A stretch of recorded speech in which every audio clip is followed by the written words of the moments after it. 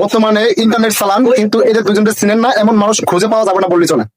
সম্প্রতি বাংলাদেশের ইন্টারনেটে একটি ভিডিও ব্যাপকভাবে সাড়া ফেলছে, যেখানে একজন কোটিপতির মেয়ে রাস্তার টোকের প্রেমের টানে ঘর থেকে বেরিয়ে আসছে। এটা আমার কথা নয়, এটা হচ্ছে বাংলাদেশের কিছু ভুয়া সাংবাদিকের কথা। এখন ওদেরকে ভুয়া সাংবাদিক কি জন্য বললাম এটা বলেন। এই যে দেখেন, এই মেয়েটাকে মানে বিভিন্ন ভাবে ইন্টারভিউ নিয়েছে, বিভিন্ন ভাবে ভিডিও করছে এবং বিভিন্ন চ্যানেল থেকে এটা ভিডিও করা হয়েছে। তারা কোনো বড় চ্যানেল না অবশ্য, তারা হচ্ছে মানে ফেসবুক আর কেউ ইউটিউবার, কেউ আবার ছোট ছোট পেজ চালায়। এখন কথা হচ্ছে যে মেয়েটা আপনারা ভিডিও করতেছেন, ছেলেটা ভিডিও করতেছেন, আপনার কি মনে হয় এটা কি সত্যি মনে হয়? এটা যারা ভিডিও করতেছেন তারা নিজেরও বুঝেন যে এটা একটা মিথ্যা গল্প, এবং যে কর্তা আছেন এটা সেরাও জানেন এটা মিথ্যা গল্প। এবং বাংলাদেশের কিছু আবুল মার্কা পাবলিক আছে, ওদের আবেগের টানে এই ভিডিওটা হাজার হাজার শেয়ার হইতেছে অলরেডি।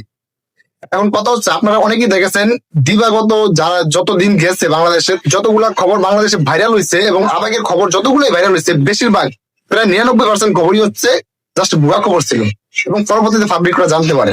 কিন্তু এই যে ভিডিওটা আপনার যে ভুয়া, এটা আমি 100% গ্যারান্টি দিতেছি। এখানে হচ্ছে আপনি দেখবেন যে মেয়েটা একবার এক কথা বলতেছে, মেয়েটা একবার কি বলছে সবার সামনে যে এক সপ্তাহের ভিতরে সে সব বিয়ের আয়োজন করে, এক সপ্তাহের ভিতরে তারা বিয়ে সেরে ফেলবে। কিন্তু আজকে আবার একটা ইন্টারভিউতে মেয়েটা বলছে যে বিয়ে করার যে একটা খরচ, ওই খরচটা এখন তার কাছে নাই, সেটা জমাইতে কিছুক্ষণ সময় লাগবে। আচ্ছা, এই যে সকালে এক কথা, বিকালে এক কথা, রাতে এক কথা, এই কথাটার পরও কি আপনার কি মনে হয় কথাটা ঘটনা কি সত্য মনে হয় আপনার? একটা কোটিপতির মেয়ে একটা গরিবের ছেলেকে বিয়ে করবে, যদি তারা যদি সেম সেম না হয়, যদি অল্প একটু এদিক ওদিক হয়। কিন্তু একটা টোকাই আর হচ্ছে একটা লক্ষপতির মেয়ে কোথায়, তাহলে সে তার আগে একসাথে হয়? ওই যে ওই মেয়েটা যে আসছে, আপনি একটু ভালোভাবে খোঁজ নিলে হয়তো দেখবেন যে ওই নিজে হলো গরিব, আসছে একটা গরিবের কাছে। জাস্ট ওটা শুধু ভাইরাল ধান্দা।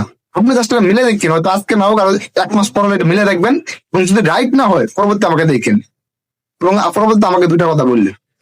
তাই বাংলাদেশের বিভিন্ন যারা ইউটিউবার আছেন, ভণ্ড যারা ইউটিউবার, ভণ্ড যারা ফেসবুকার আছেন, তাদের প্রত্যেককে বয়কট করা উচিত আমাদের পাবলিকের।